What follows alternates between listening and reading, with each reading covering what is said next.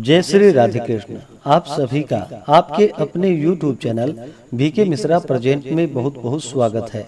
आइए आज आप सब सुनेंगे सावन शिवरात्रि व्रत की कथा। शिवरात्रि का व्रत जो कि प्रत्येक माह की कृष्ण पक्ष की चतुर्दशी तिथि के दिन शिवरात्रि का व्रत किया जाता है। विशेषकर श्रावण महीने का और फाल्गुन महीने के शिवरात्रि का बड़ा ही विशेष महत्व माना गया है। श्रावण के महीने में जो भी भक्त सच्ची श्रद्धा के साथ भगवान शिव जी का पूजन करते हैं, व्रत को धारण करते हैं, इससे भगवान भोलेनाथ अपने भक्तों के ऊपर अति प्रसन्न होते हैं, अपने भक्तों के सभी प्रकार के दुख और कष्टों को दूर कर देते हैं तथा सुख और समृद्धि का आशीर्वाद प्रदान करते हैं। श्रावण शिवरात्रि के दिन इस दिन विशेष प्रकार से भगवान शिव का पूजन जो कि दिन और रात्रि इस दिन पूजन किया जाता है। विशेष प्रकार से रात्रि में 4 पहर भगवान के पूजन करने का विधान है। सावन शिवरात्रि के दिन इस दिन विशेष प्रकार से दिन रात्रि उपवास रहते हुए व्रत को धारण करके रहना चाहिए।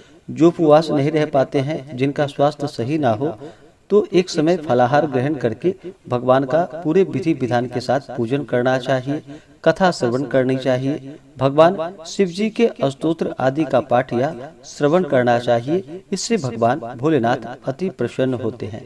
तो आइए सुनते हैं सावन शिवरात्रि व्रत की कथा। तो बोलिए प्रेम से भगवान भोलेनाथ की जय, माता पार्वती की जय, सर्व देवी देवता की जय। बहुत समय पहले की बात है कि एक बार माता पार्वती ने भगवान शिव से कहा कि हे प्रभु, आपकी कृपा पाने के लिए कौन सा जो कि सबसे सरल व्रत और पूजा है। तब भगवान भोलेनाथ ने माता पार्वती को शिवरात्रि व्रत की महिमा का वर्णन किया, व्रत और पूजा की विधि बतलाई। उसके साथ ही उन्होंने महाशिवरात्रि व्रत की एक कथा सुनाई और कहा कि शिव पुराण के कथा के अनुसार एक गांव में एक शिकारी था जो कि पशुओं को शिकार करके अपना घर परिवार उससे चलाता था। वह गांव में ही एक साहूकार का कर्जदार था और वह काफी प्रयासों के बाद भी कर्ज से मुक्त नहीं हो पा रहा था। एक दिन क्रोधित होकर साहूकार ने उससे शिव मठ में बंदी बना दिया। उस दिन जो कि शिवरात्रि थी, शिकारी उस दिन शिवरात्रि की कथा को सुना। शाम के समय में उसे साहूकार के सामने पेश किया गया तो शिकारी ने वचन दिया कि वह अगले दिन सभी कर्ज को चुकाकर मुक्त हो जाएगा। तब उसे साहूकार ने छोड़ दिया। शिकारी वहां से जंगल में गया और शिकार की तलाश करने लगा। वह एक तालाब के किनारे पहुंचा। वहां पर वह एक बेल के पेड़ पर अपना ठिकाना बनाने लगा। उस पेड़ के नीचे जो कि एक शिवलिंग था जो कि बेल पत्रों से ढका हुआ था। उसे इस बात की थोड़ी भी जानकारी न थी। बेल वृक्ष की टहनियां को तोड़कर वह नीचे फेंकता गया और बिलपत्र उस शिवलिंग पर गिरते चले गए। वह भूख प्यास से व्याकुल था। अनजाने में ही उससे शिव पूजा हो गई। 2 पहर तक वह भूखा ही रहा। रात में एक गर्भवती हिरनी तालाब में पानी पीने के लिए आई। तब शिकारी उसे मारने के लिए अपना धनुष और बाण लेकर तैयार हो गया। उस हिरनी ने कहा कि वह अपने बच्चों को जन्म देने वाली है। तुम एक साथ 2 हत्या ना करो। बच्चे को जन्म देकर मैं तुम्हारे पास आ जाऊंगी, तब तुम शिकार कर लेना। यह सुनकर शिकारी उसे जाने दिया। कुछ देर बाद एक और हिरनी आई तो शिकारी उसका शिकार करने के लिए तैयार हो गया।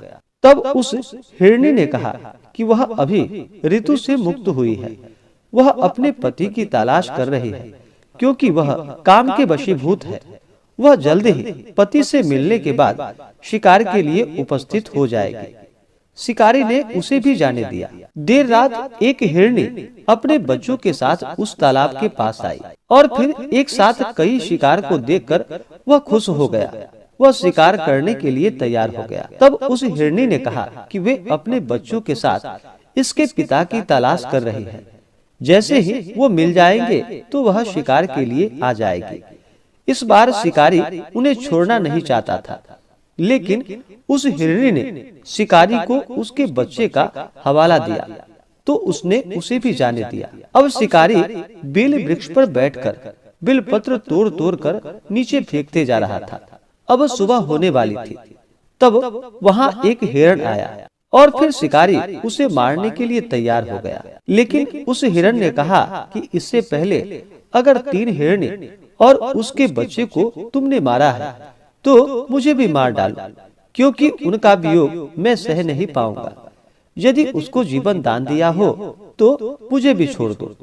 परिवार से मिलकर तुम्हारे समक्ष मैं उपस्थित हो जाऊंगा। रात भर उपवास और रात्रि जागरण और अनजाने में बिलपत्र से शिवलिंग की पूजा के प्रभाव से शिकारी दयालु हो गया। उसने हिरण को भी जाने दिया। उसके मन में भक्ति की भावना प्रकट हो गई और वह पुराने कर्मों को सोचकर पश्चाताप करने लगा।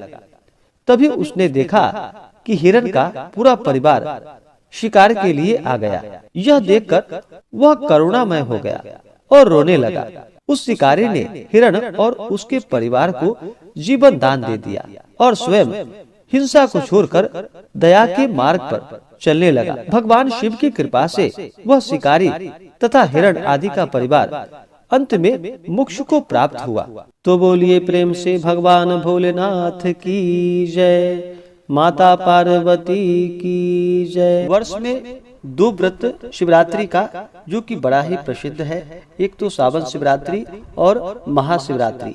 जिस प्रकार से महाशिवरात्रि में भगवान के पूजन करने का विधान है, उसी प्रकार से श्रावण के महीने में सावन शिवरात्रि के दिन अगर भगवान शिव जी का विशेष प्रकार से पूजन अर्चन करते हैं, कथा श्रवण करते हैं, भगवान शिव जी के स्तोत्र आदि का पाठ करते हैं, इससे भगवान भोलेनाथ अपने भक्तों के ऊपर अति प्रसन्न होते हैं तथा सुख और समृद्धि का आशीर्वाद प्रदान करते हैं और इस व्रत को धारण करने से मोक्ष की प्राप्ति होती है। भगवान भोलेनाथ एक ऐसे देव हैं जो अपने भक्तों के ऊपर थोड़े से जल से ही प्रसन्न हो जाते हैं और अपना कृपा बरसाते हैं। वैसे प्रत्येक माह की चतुर्दशी को शिवरात्रि का व्रत किया जाता है, लेकिन सावन के महीने में भगवान शिव जी के पूजन करने का विशेष महत्व माना गया है। पूरे सावन के महीने में भगवान शिव का पूजन किया जाता है। वहीं पे सावन सोमवार सावन शिवरात्रि व्रत में विशेष प्रकार से भगवान शिव जी का पूजन करने से सभी प्रकार के दुख और कष्ट दूर होते हैं तथा सुख और समृद्धि की प्राप्ति होती है। शिवरात्रि का व्रत जो किया जाता है, इस व्रत को निशिता व्यापनी चतुर्दशी ली जाती है। जिस रात्रि चतुर्दशी में निशिता काल का समय प्राप्त हो, विशेष प्रकार से उस दिन इस व्रत को धारण करना चाहिए। इसी प्रकार से ज्ञानवर्धक जानकारियाँ प्राप्त करते रहने के लिए, व्रत पूजा के बारे में जानने के लिए, कथा को सुनने के लिए चैनल पे अगर आप पहली बार आए हैं तो चैनल को लाल बटन दबा करके सब्सक्राइब करें, साथ में बेल आइकन घंटी को दबाएं ताकि आने वाली वीडियो का नोटिफिकेशन आपको समय से मिलता रहे। वीडियो को लाइक करें, शेयर करें, सुखी रहें और स्वस्थ रहें।